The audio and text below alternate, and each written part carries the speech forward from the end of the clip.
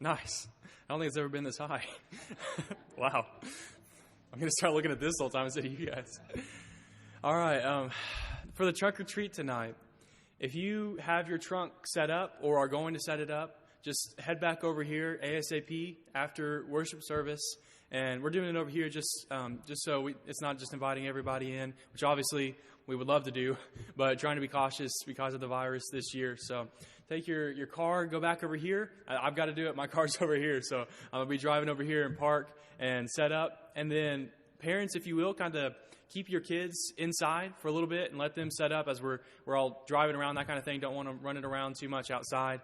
And then we'll head out there as soon as possible. So as we embark on our sermon tonight, this is a big moment for you guys, because this is the last Sunday for a little while that you'll have to listen to me. Dennis will be back next week. So I know, at least I'm grateful for that, because I've never talked this much in my entire life. And I know that y'all are also grateful for it. If not now, you will be by next week. So I'm looking forward to that. I know you guys are too. So we've made it to the end. So as we think about loneliness, and as we start to take kind of some of the principles from our passage this morning and apply them to our lives, and I hope to do a more general sermon sometime in the coming months about dealing with just discouragement in general from 1 Kings 18 and 19. So we'll build off of that there as well. But for tonight, as we talk specifically about loneliness, we have three things, three R's, of course, that we're going to talk about and notice and apply some principles to our lives. But as we begin in that, I want to recall your mind to James chapter 5 and verse 17, where James said that Elijah was a man just like us, right? He's a man with a nature like ours. So like we said this morning, Moses, Mary, Elijah, they're just like us. They're people who could walk into our auditorium and sit here. Now, obviously, if Elijah walked into our auditorium, I'm going to sit down and he's going to stand up here. But just in general, right, they're people just like us. But the thing about them is that even though they were ordinary people, they allow God to do extraordinary things through them, right? Those ordinary people let God use their lives, their ordinary lives, for extraordinary things. And that's how I want to be with my life. I want to allow this ordinary guy, I want to allow God to do extraordinary things through this ordinary guy. And so part of being an ordinary person is dealing with loneliness, right? Because we all deal with loneliness to one extent or another. And part of reaching that point where I'm an ordinary person who God is working through to do extraordinary things is learning how to deal with that ordinary loneliness in an extraordinary way. So, in our goal of doing that, we have three things that I think will help us to do that. There are three R's. The first one is a reminder. Like Elijah, sometimes we need a reminder. The first reminder, just two that we'll talk about. The first one is that we are with you. We are with you. In our world and in our church, it's become easier than ever not to emphasize friendship. So many of us live in this world where we have so many fake virtual friends that surround us, and we look for our need to belong in them. And we miss out on real life, deep friendship. So if you're trying that, you've probably realized by now, and if not, you will realize someday, that is just not enough. Where all of the people in our culture are looking for friendship, we can't find it, at least not to the extent that we need it. Bronnie Ware is an Australian nurse, and she spent years caring for people on their deathbeds, people who were very, very close to dying. And she noticed that there were 5 common regrets that almost everybody has, at least one of them. Most people have several of them. So she wrote a book about them, 5 common regrets that most people have on their deathbeds. One of those regrets was not emphasizing friendship enough. When we get to our deathbed, when we are about to pass from this life, most likely, one of our most common regrets is going to be that we wished we had had deeper friendships. We wish we had emphasized friendship more in our lives. And that's because foundationally, at our very core, we're like that. We need friendship because God made us this way. Like we said this morning, we are made in the image of God, right? So if he's making us in his image, we're made to be like him. And like we said, God is a communal being from eternity. He has existed with the three persons of God. God the Father, God the Son, God the Spirit. He's existed with himself. And then also, obviously we're here, so he created us to have a relationship with him. So God has always lived in community, and he designed us to do the same. And that's why in Genesis chapter 2 and verse 18, he said, "It is not good that the man should be alone."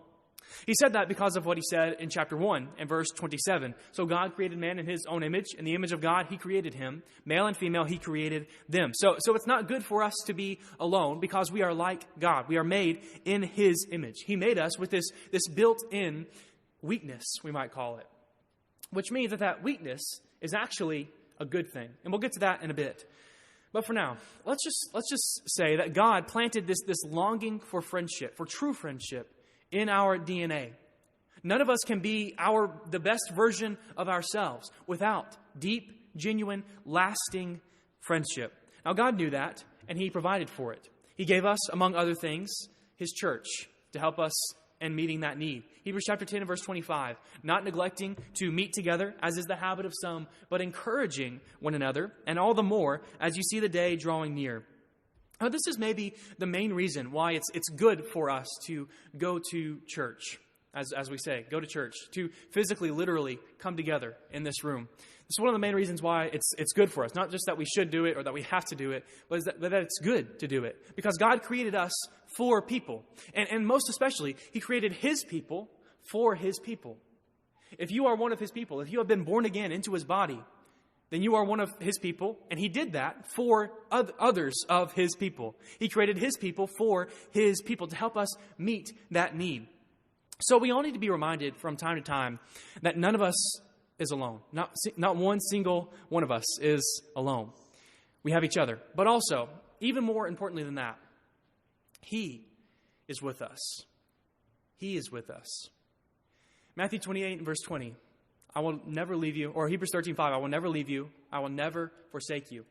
One of my friends he's a preacher in Colorado. He's much more into Greek than I am. And he shared something with me this week that I wanted to pass on to you. He said that in the Greek text of Hebrews 13 and verse 5, most of you know that the Bible was the New Testament was originally written in Greek and translated into English today. So in the original Greek text, there are 5 words that negate the word leave in that passage. So what it actually says is, I will never, never, never, never, never leave you or forsake you.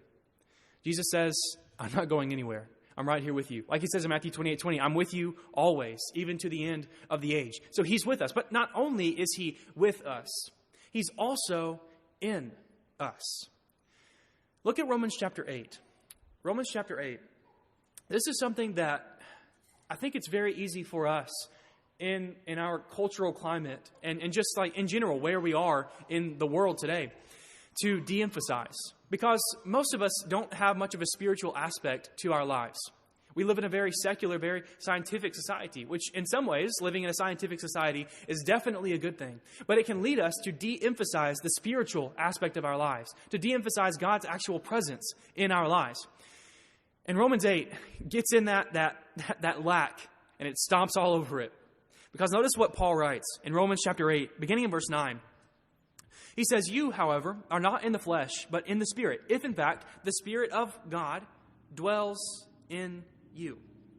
Anyone who does not have the Spirit of Christ does not belong to him. If you don't have God in you, you don't belong to God. But if Christ is in you, although the body is dead because of sin, the Spirit is life because of righteousness. If the Spirit of him who raised Jesus from the dead dwells in you, he who raised Christ Jesus from the dead will also give life to your mortal bodies through his Spirit who dwells in you. It's almost as if God dwells in us. 1 Corinthians chapter 6 and verse 19, Paul said, or do you not know that your body is a temple of the Holy Spirit within you, whom you have from God? You are not your own. So because God has bought us at a price, right? That's the next verse, verse 20 of 1 Corinthians 6. He bought us at a price. We're not our own. Therefore, he dwells in us. We are his. Ephesians chapter 3 and verse 17, Paul says that Christ may dwell in your hearts through faith.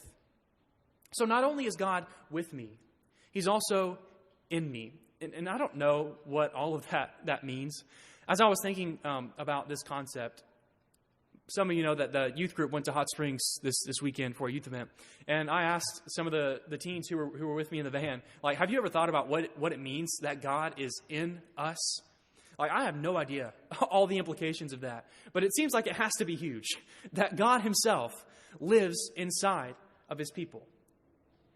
If that doesn't change my life, I really don't know what will.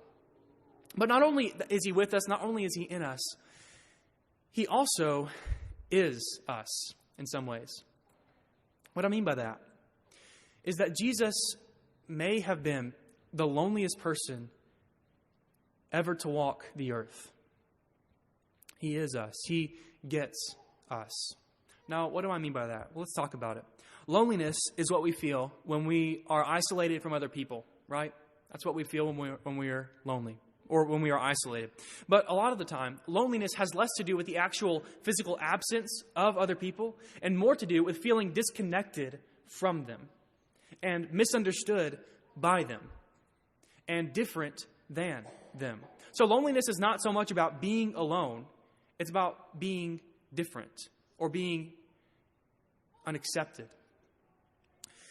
In fact, that type of loneliness can be even more painful than just being alone. The type of loneliness where you're alone, not just because you are, but because people have actively rejected you to make it that way. Loneliness where it's not just because I don't have anybody to hang out with. It's because I know people who are hanging out, but they don't want me with them. I think we probably have all experienced that at some point in our lives. And if you have, then you know that type of loneliness is another step from just being alone in a lot of cases. Because with that type of loneliness comes feelings of shame, feelings of exclusion, feelings of rejection. So listen to what the prophet says about Jesus. Isaiah 53 and verse 3. He was despised and rejected by men, a man of sorrows. Have you ever thought about that? How Jesus was a man of sorrows. If you live a sad life in that you are sad a lot, remember Jesus was a man of sorrows. And acquainted with grief. He knew grief. He knew what it was like to grieve. So imagine what living in this world was like for Jesus. Hebrews chapter 4 and verse 15 tells us that Jesus never sinned, right? He never did what all the rest of us did or have done. He never sinned. Now that may sound like a pleasant problem to have. And in many ways, yes, right? We would all be better for it if we hadn't sinned in our lives. But I doubt it was only pleasant. Of course, it's a good thing not to have sinned, but I don't think it's only a good thing in his human experience because he was surrounded by people and demons and actions that were so very different than he was. In 2 Peter chapter 2, Peter wrote about Lot. And if you know about Lot, you know he was not an angel, right? Lot is not the best guy on earth. But Peter says, quote, that he was tormented day and day after day in Sodom by the lawless deeds that he saw and heard. Even Lot, who was not a great dude, even he was tormented by the sin that was around him. Now, what was it like for sinless Jesus living in a sinful world? Imagine what it must have been like for Jesus to be a teen. If you're not a teen right now, and you most likely were a teen at some point, most of us in this room either are a teen now or were at some point. And so you know the struggle in that time of life especially of wanting to feel accepted, wanting to feel like you fit in, wanting to feel comfortable with people. And remember that Jesus was human, just like us. He longed for friendship, just like us. But he was very different than people his age because he was very human, right? Jesus was 100% human, as we say. He was very human, but also he's Jesus. I mean, he's different, right? He's always going to be different. He's God with us, and he never sinned. He never messed up. So Jesus was very different. So at an age when everybody is trying to fit in and be accepted and be like everybody else, there was no possible way for Jesus to fit that mold. Even his parents, no matter how much they loved him, would never have understood him fully. Because how could they? How could you understand someone who is in his very nature different than you are? And his siblings. Can you imagine having Jesus as a brother? Some of you grew up with siblings who made you jealous, right? So it seems like they can never do anything wrong. They were always succeeding in whatever they did, and your parents probably bragged on them a lot, and you felt lesser. Some of us in this room certainly have experienced that. Now, can you imagine having Jesus as your brother? You can never measure up. Nothing you did would ever be good enough. I mean, how could you match up with Jesus? And you know what that breeds? It breeds resentment. It breeds jealousy. It breeds envy. And that might have something to do with what John 7 and verse 5 says, where John says that not even his brothers believed in him. Now, it seems that they did someday after his resurrection, Acts 1 and verse 14, but at least while he was on earth, his brothers didn't believe in him.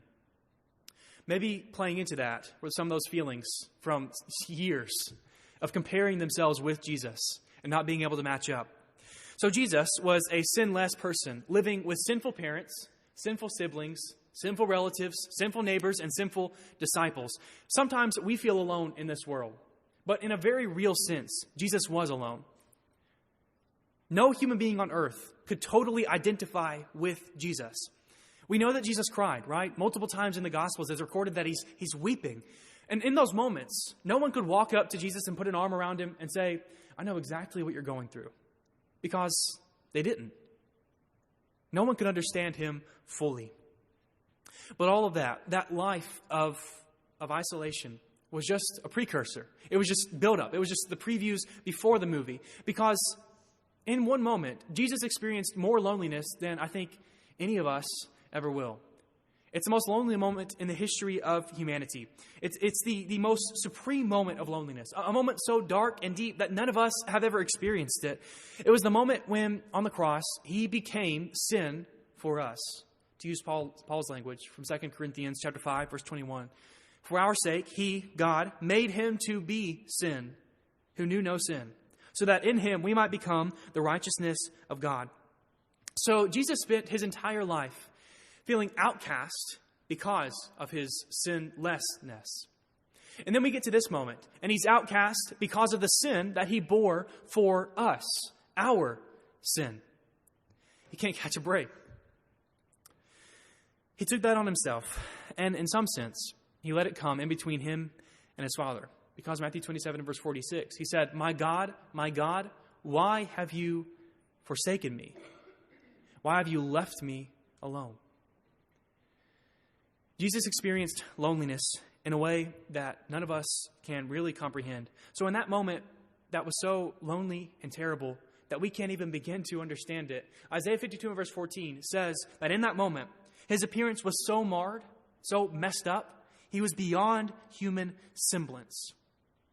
In other words, he had taken such a beating, he didn't even look human anymore.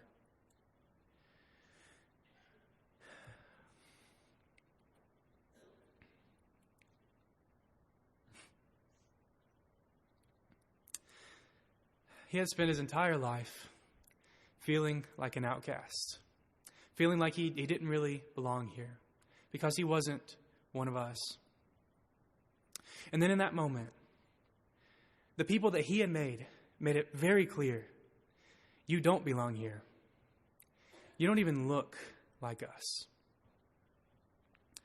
No one has experienced or understands the depths of loneliness like Jesus does.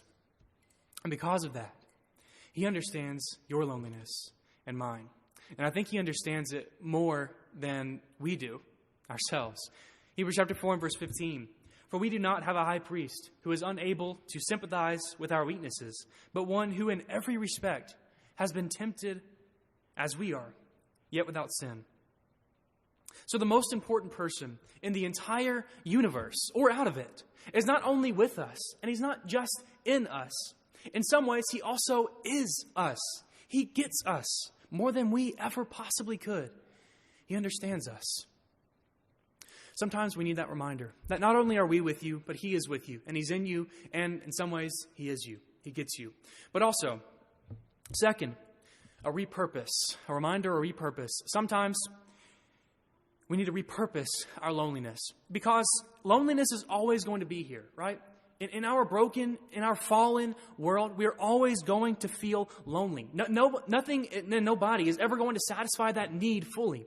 Not marriage, not kids, not grandkids, not a church family, not blood family, not friends, not worship. Nothing is going to satisfy that need fully while we're here on earth. that need won't be satisfied until we're in eternal fellowship with God himself and with his people. So instead of trying to get rid of it, because we're not going to succeed, we can minimize it, but we can never get rid of it. Instead of trying to do that, never to be lonely again, try to see loneliness in this life as a gift from God. As a gift from God. Just like hunger urges us to eat and thirst drives us to drink, loneliness can be a good type of pain. Loneliness can drive us out of the gravitational pull of living for ourselves into a relational giving of ourselves for other people. It can show us that there's something higher in this life. So instead of resenting loneliness, it will bring us so much joy if we see it as a gift given to us by God. But how do we do that? How is that even possible? How does that even make sense? Well, it starts by realizing that nothing in this life will satisfy your needs fully, right? Like we just said, nothing in this life is going to satisfy our needs to be understood, to be accepted, to be embraced fully. I think those three words are the opposite of feeling lonely. Being understood, being accepted, and being embraced. If you have those three things, you're not lonely. But the thing is, we can't have any of those three things totally in this life, 100%. They can't be fulfilled until we get to the next life and we're in fellowship with God. We are understood and accepted and embraced by God in a sense that we can't be, or we can't feel at least, in this life, in this broken world. So when we're lonely, it's easy to believe that friends or family or a mate or a church family can fill that void and change that for us, right? That it can drive loneliness away. But that just isn't true. Adding a mate or family or friends can help and should help in feeling lonely, but it's never going to cure it. Something I've learned in my super short period of time on earth that kind of changed my perspective on a lot of things is I was talking with my grandmother not too long ago, and she was married for most of her life, relatively happy marriage. But she told me that something that she had learned that took her a long time to learn and that she wanted to pass on to me was that some of the most lonely people on earth are married. Because marriage can and should help our loneliness. But if you're in a marriage where you don't feel understood, where you don't feel accepted, where you don't feel embraced, you can very easily become lonely in a sense or in a way that people who are single can't really feel.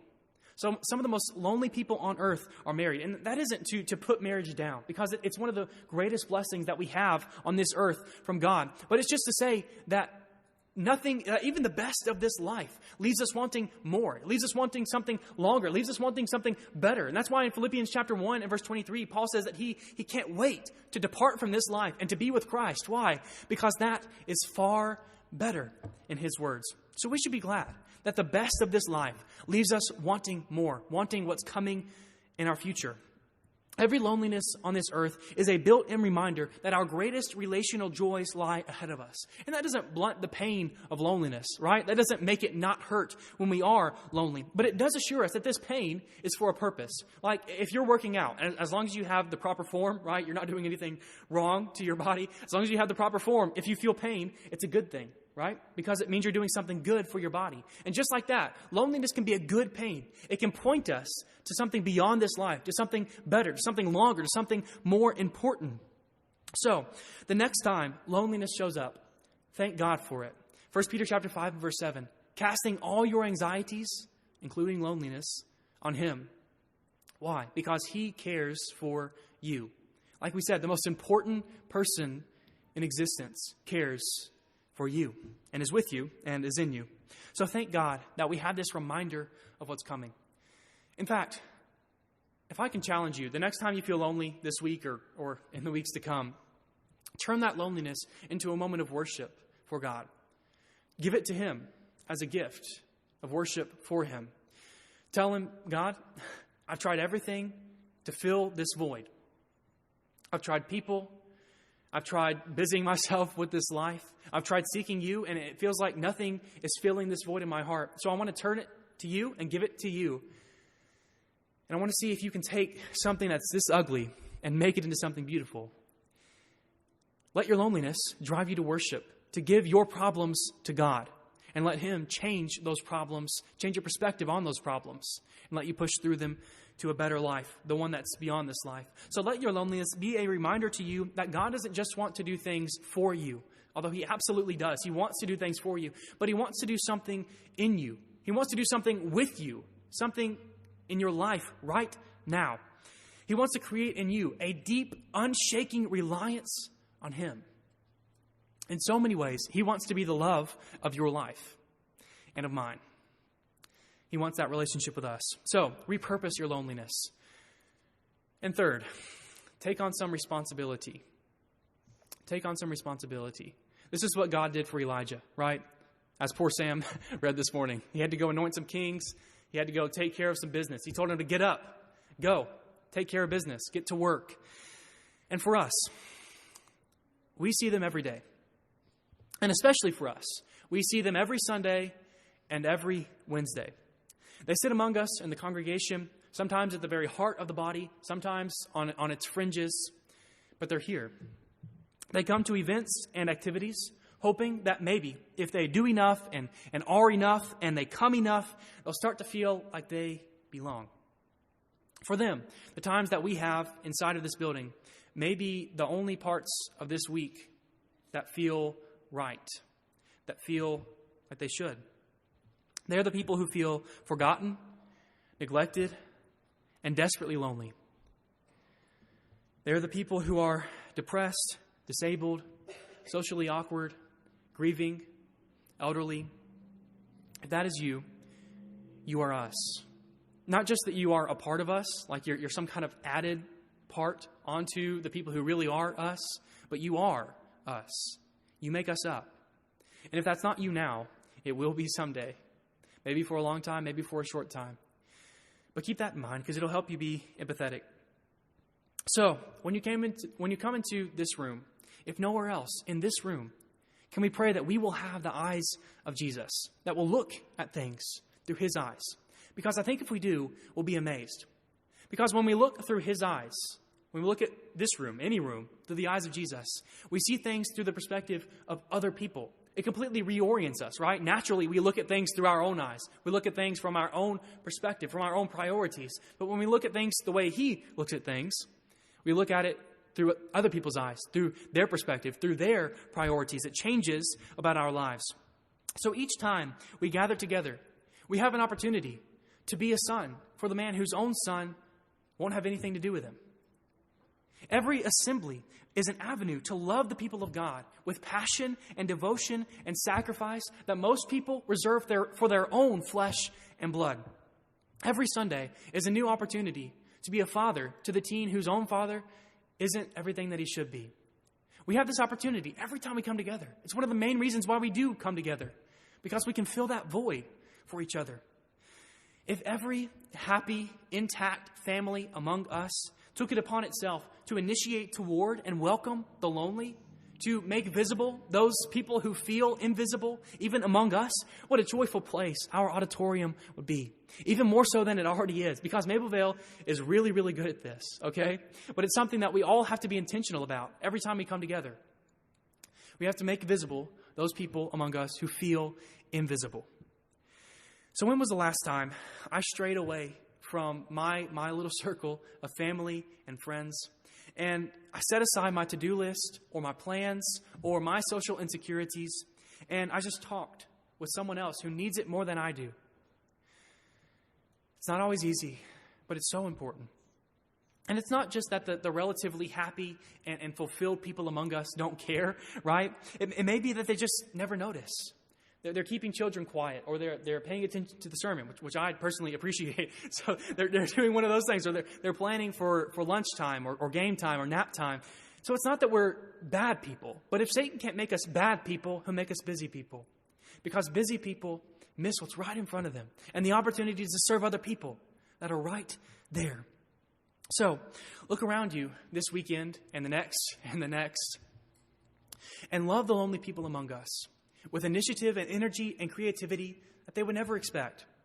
Love them with a love that they don't get anywhere else.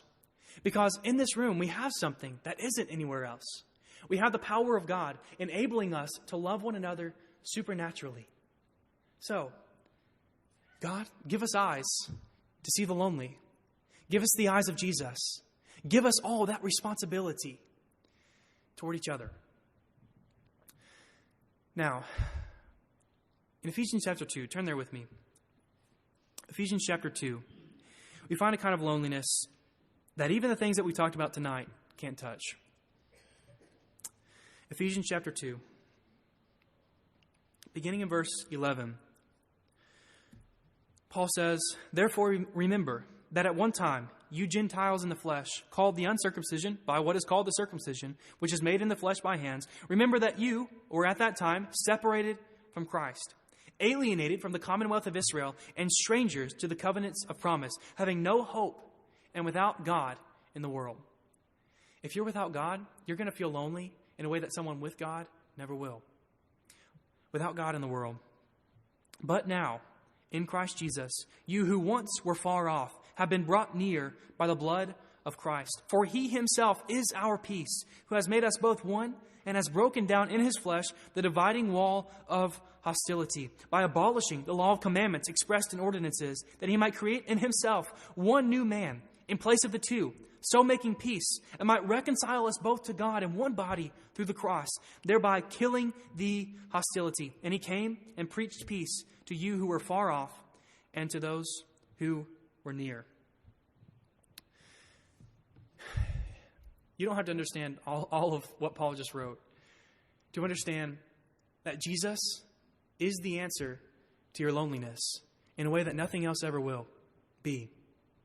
Because in him, we can be united into one body, into his body, which, as Paul says in another place in Ephesians, he is the head over. We can become part of him. So he is us, we are him. We can be added to his body. If you've never done that, it'll be the best decision that you ever make. Won't you do it as we stand and as we sing?